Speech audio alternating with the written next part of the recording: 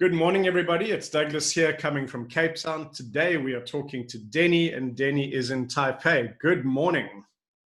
Good morning, Doc. So for me, it's 9 o'clock in the morning. For you, it is? It's 3 in the afternoon. 3 in the afternoon. Cool. Yep. Well, thank you for joining me. What's your story? How did you get involved in this weird world of Be Activated? Okay. The first encounter is through the USB course. Yeah, like 2 years ago, and one of my friends posted something on the Facebook. It's like a star player, Gareth Bale from Real Madrid. He was doing some activation warm up for the substitution, preparing to get on the field. Yeah. And yeah, he went on to score the bicycle kick, and they won the championship. So my friend's very surprised, and he asked, "What the heck is Gareth Bale doing?" Yeah, and because my background, I am a physio. Yeah. Anyway, so they asked me, and I got interested, so I dig deeper. At first, I discovered it's about something like RPR. Right. And it's about weightlifting and weight training. I'm not that interested in that at that moment. So I dig deeper. I found that it's developed and described by a South African, Douglas Hill, and I checked the background. He was a physio. Okay, that I can accept that, and I'm willing to dig deeper. So I checked the website, and after like half an hour to maybe 2 hours, I have no freaking idea what it's about. There's lots of stories imploding, expanding, collapsing, but I don't know what exactly it is. Because it's just not the language that we are trained in. And so it's like, for us to put it into a language that somebody else already knows would mean we're saying the same thing as everybody else. Yeah. And then after that, I checked YouTube to just type in like a Be Activated, activation, RPR, and I saw some videos, some clips. It's not even recorded. It's not demonstrated by you. It's some other coaches demonstrating like diaphragm, and suddenly the flexibility went from 60 to over 90. It was crazy for me as a physio. It's almost impossible. Yeah, so I get skeptical, and I'm, what? Are you kidding me? But since my teacher or my education taught me that I should understand it before judge it. Nice. At best. Yeah, so I give it a shot. And it was very like a magical moment. Like I starting to rub through the reverse Y, and like electricity go all the way down to my right ankle. Just for the information, I got a chronic, maybe sticking or whatever ligament tear, I don't know, but it's long-standing issue. And suddenly I feel like ease at my ankle, but it's only for maybe kind of strange. So if a physio were listening to this, they'd go, okay, what the hell are you talking about? The reverse Y or the upside down Y? Well, we're talking about unlocking and releasing the diaphragm. Yeah, but what the hell's the diaphragm got to do with my ankle? The answer is absolutely everything. Yeah, I didn't know that at that time, but now I understand more. So anyway, but only for like half an hour, and after that, okay, it's the inflammation was back, but I got interested. Okay, apparently that did something.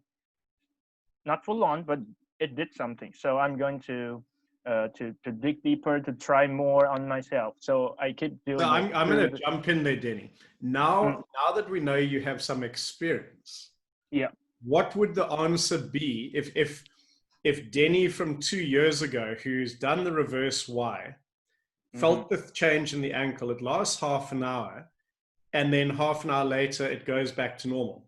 Now, then you were going, well, that's strange, but I need to know more. But you know more now. So what would your answer be to Denny 2 years ago? Why did it only last 2 hours?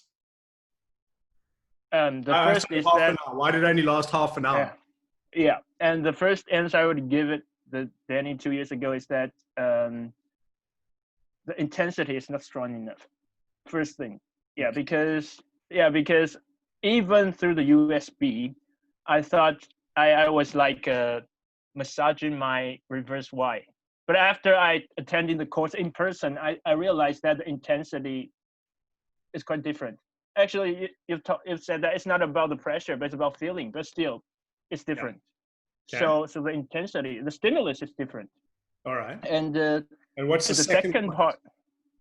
Yeah, the second one is that maybe something further down the sequence is blocking the way. So it's I can also go with that, but I'm going to give you a third one. All right. Maybe after half an hour, you went back to your old breathing pattern.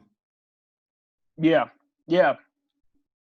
Actually, yes, that's a very possible one. Because at that point, you're just rubbing points that are opening a system without the knowledge on what must I do now.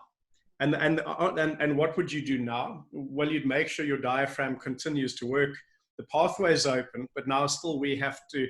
We slip very quickly back into old habits. And the old habit would have been an altered breathing pattern that was shutting your body down.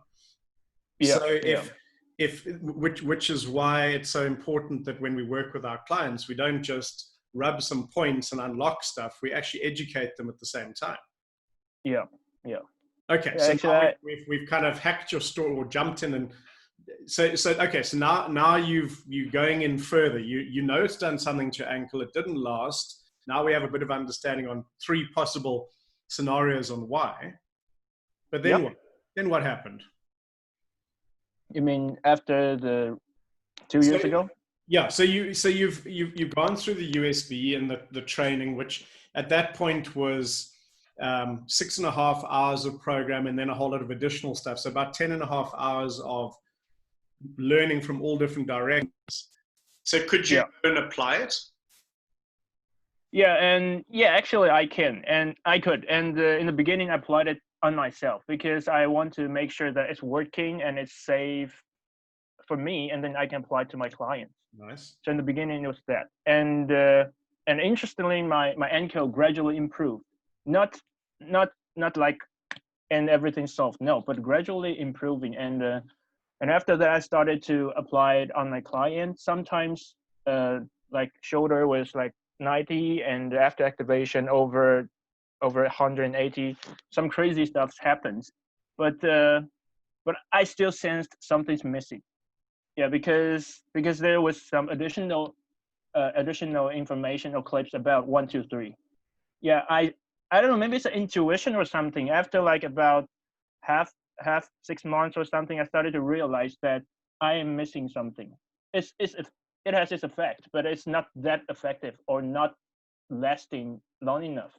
Sometimes they came back, so it was great, but like maybe lasting for 2 days, half an hour, and after that it's gone back to the old pattern or something. Gotcha. So I'm starting to and somehow I connected it. I thought it was about 1, 2, 3 the assessment, but at that time I didn't have enough access to the knowledge and information. I was trying, maybe assessing, but I was trying. But also you can say in a way struggling. I think, Denny, the challenge from my perspective when teaching. So if we look at the pathway that you've gone, you're a physio and you're trained in a certain way, and every practitioner has their way that they trained.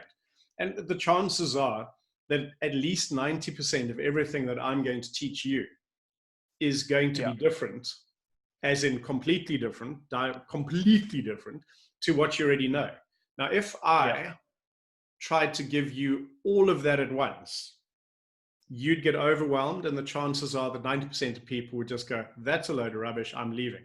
So we need to ease you into it. And what I love about what you're telling me is how you eased yourself into it.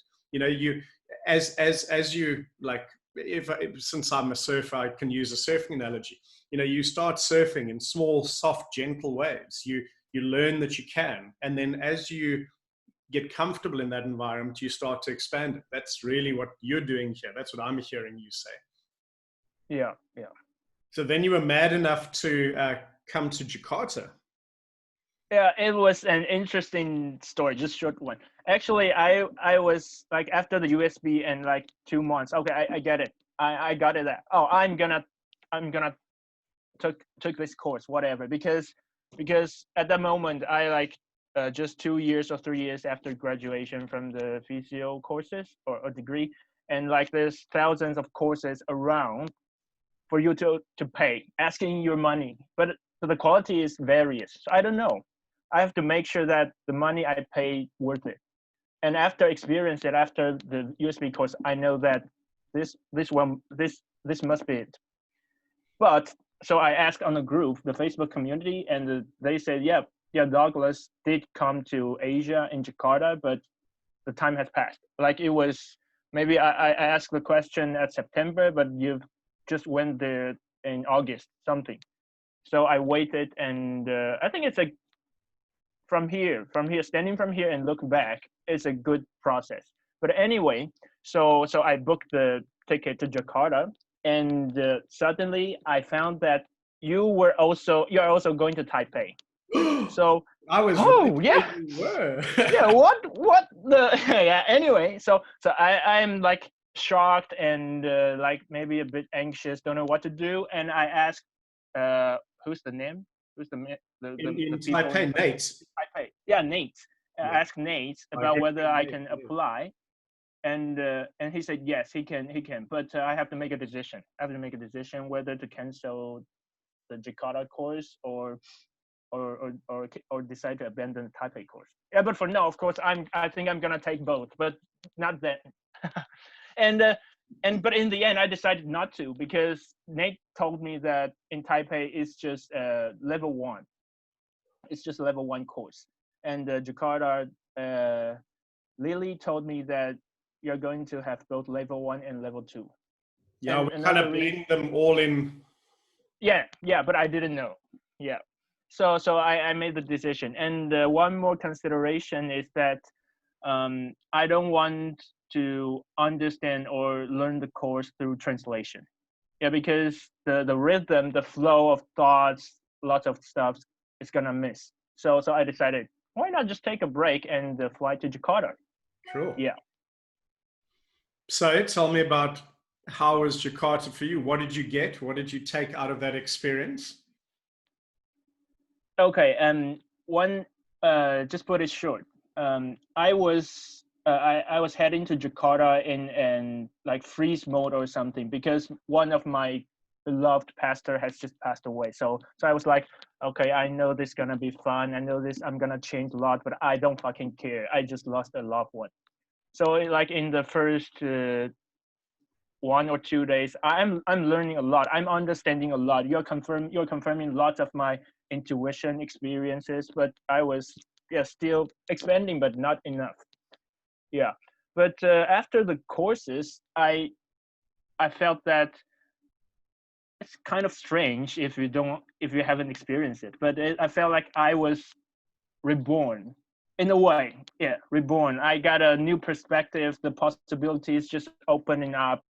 What I've been taught, they are just knowledge. They are the anatomy foundation, but the way we see it are totally different. So now I don't believe what is impossible or possible anymore. I'm looking for new challenges and possibilities. So actually, I was like a kid when I went back to Taiwan.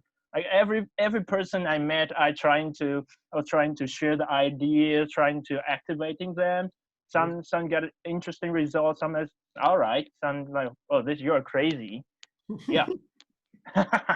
Yeah. And you start to realize when someone thinks you're crazy, it's actually a compliment.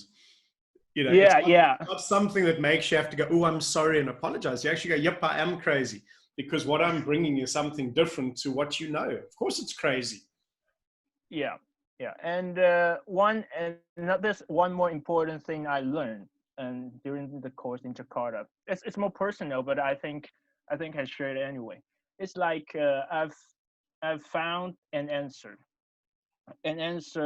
of a lifestyle or a way to live, because I've been always struggling with living according to the rules or the way the society, the community should be. Yeah, but I couldn't tell why. I've tried to blend in with my friends, and I got betrayed, I got heartbroken, lots of stuff. But when during the course you've taught some of your stories, the way you talk, the teach, and I think something maybe deeper down. I don't know. It's just my thoughts and my guess. Yeah, You've been through a lot. Yeah, you've been through a lot, struggling, fighting, and lots. And then and when I met you, you are mature enough. You are open up enough so that it doesn't mean that you don't care or you don't fight, you don't defend anymore. It's just that you have more understanding and more experience, and you find a way to, let's say, you find your own way to live without compromising your principles and your belief. That's my perspective. So it kind of like, for me, I understand that there's a possibility. So I kind of find peace with myself. So yeah, there's possibilities. I can try. I can just go further, and let's see what will happen. Yeah, that's a very important part for me. Yeah. Well, you threw that in very quickly, but that's an awesome quote, to find peace with yourself. Yeah. Because if you can't find peace within yourself, well, you sure as hell are not going to find peace outside in the world. And and I think now more than ever, the way the world is with lockdowns and COVIDs, and you start to realize how a lot of people struggle is because of exactly that inability. There is no peace within ourselves, and and it gets exposed when you have to sit alone at home, and you can't do all the things that distract us, and that's all of us. It's not like I wish I could say that it's been an easy process and go with the flow. And there've been times when it's been an awesome process, and other times when it's been horrible, because you get to face your demons and sit with yourself. And and I think that really is when you're going through the rubbing your own points, learning about yourself. What it is, it's taking the energy of your system from out there and watching what the world's doing and trying to interpret yourself from the world, versus going inward and looking and going, this is who I am. I wonder how I am going to be in the world. Not, hey world, who am I? Because that's what most people spend their lives doing. Well, social media or my mentor or this one says I must be this. But I feel I don't feel like that fits. Well, what do you feel? And then you get to feel and find who you are, and you can bring that to the world. And the simple thing is that if I said that to you in a conversation before you'd ever heard anything, you would have gone, oh God, another motivational speaker. But instead we talk about strength and power and flexibility and endurance and speed, balance, coordination, pain, dysfunction, stress. These are all languages that we understand in the world. But actually, the more we can get inside ourselves and get to know it and get comfortable and be at peace, the more we can bring those good things to the world. So awesome. Yeah. And then just like following, just go along the lines that after the courses, you were saying like languages are important, and emotional changes. I was like, okay, I get it.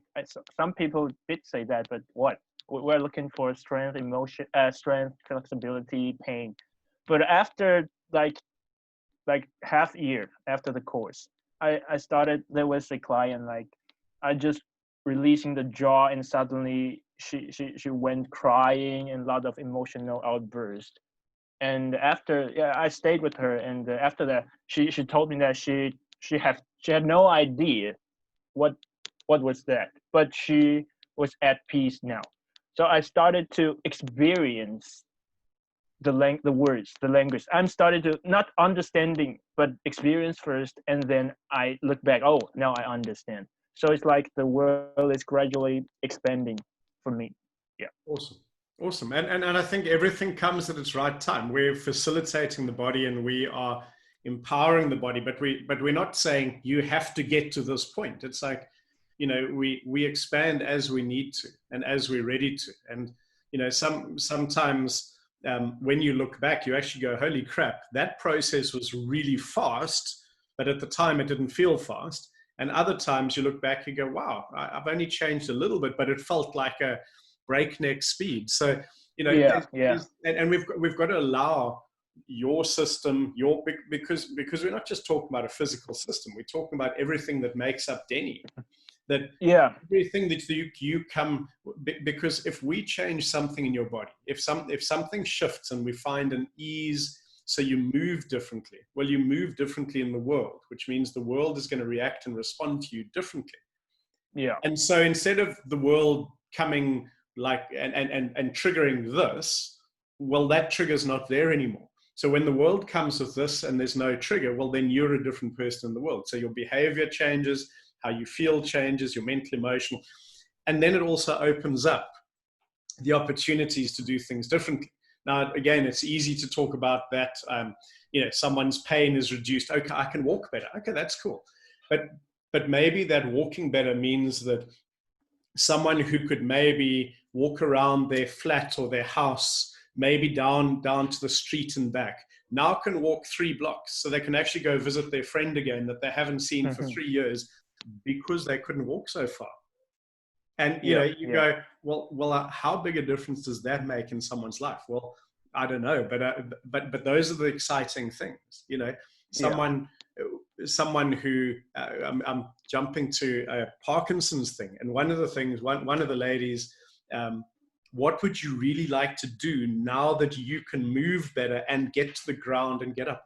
I'd love to plant bulbs in my garden, so in spring, so that awesome. So we're gonna hold you accountable to that. Whereas before you go, oh, I so miss my garden. Now I actually, wow, because I can get up and down safely, now I can go and do more. So we don't just want to say, hey, wow, look, you're stronger, you can do this. We also want to encourage our clients. So now that you can do this, what could you do differently in your world? And so often that's the motivation that becomes that magical thing that allows them to really expand in where they want to go. Yeah. So Denny, if someone were watching this seems to be my kind of closing question on this part. If someone were watching this, they didn't really have an experience of this work, what would your advice be for them? Advice? Yeah, what would you say? Like let's say let's jump back to Denny 2.5 years ago. Okay, so Denny 2.5 years ago is talking to Denny today. And you now know a whole lot of stuff about this work and what's possible. What would you say? What would you say to Denny? I would say just do it first. And then if you're interested, we're going to explain it and get to know more. But you have to do it first. To feel it first. And then the knowledge and the understanding comes after. Perfect. And you know why that's so interesting is because that is the big challenge, because so many people look at it from the outside and they go, I need to understand it. I need you to explain it. Is it this? Is it that? Is it this? And you'll see on the forum, and it seems to be coming up this every now and again we get, oh, it's Chapman's reflexes. And the answer is no, it's not. There are Chapman's reflexes. And when I started, for sure, 16, 17, 18, 19, 20 years ago, there was an influence of that. But we are so far beyond, because that's one small component. So imagine, someone looks at 5% of what you do in your world and say, that's who Denny is. And you go, no, let's say it's Taipei. Well, Denny lives in Taipei, so therefore everything about Taipei is what Denny is. You'd go, no, I live in Taipei, that's it. Yeah. But there's so much more to me, so you need to look beyond. So if we try and explain the detail, but exactly as you say, if you get into what you feel and you start to notice the changes in your body, suddenly you're having a different conversation with your body. Then your brain goes, well, that's weird. That shouldn't have happened. Why? Yeah. Okay. And then you have to go through all of the wonderful doubts. I love it's magic. You're tricking me. It's hypnosis. It's this, it's that. It's all this, all your body is just so amazing. And it's just been waiting for you to tap into these things so that you can go and do more. or and sometimes do more is actually to do less. There's the beautiful dualities and ironies. Yeah. And just to reply that, your words like regarding that feeling and understanding, but that's get me struggling with that sometimes, because I now follow the principle of feel it first and then we talk, we understand. Sometimes they ask me, my friends, one of my friends, he is very engaged, interested in this, and but he always asks questions. I just like I say just do it first, and then he always say to me, he always says to me that you've been playing with tricks and not talking good enough, something. I don't know, maybe it's like a miscommunication, or just like you said, have to find the correct language. Well, it is that, but also what you're doing is you know someone's lived their life here, and you're telling them about something that's happening behind them, and in their world only this exists. So anything that's outside of this doesn't exist. So therefore, it must be magic. It's not possible, and so we've got to go. That's okay too, and allow people to you go, well, it's all right, maybe this isn't for you, and sometimes I'm quite comfortable with the different ideas. It's just saying this might not be for you.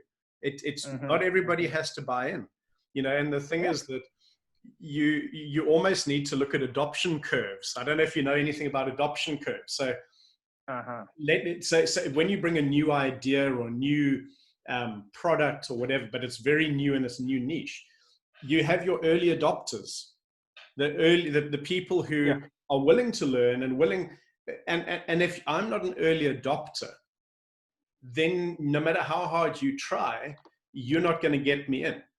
If I'm in the next phase where it's okay, now there's an adoption coming in, and these are people going, oh right, I can see that works because 10% of the physios are doing this. Okay, I'll do that too.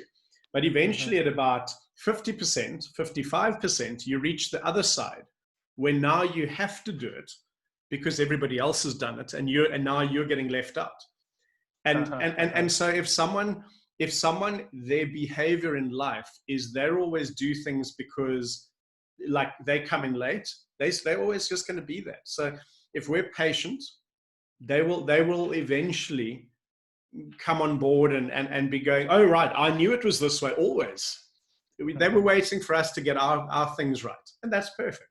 But when you find the people who are early adopters, they're the ones like you, curious, wanting to learn. I love the fact that your education system actually said, don't judge it until you know it.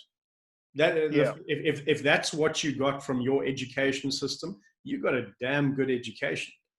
Because I can't think of many education systems that would do that. Most of them go, we judge you immediately, and if you don't pass, well, bugger off, we're not interested. Which kills learning. Yeah. Awesome, Denny. Well, that's great. Well, thank you very much. What we're going to do is, in a second, go to the question.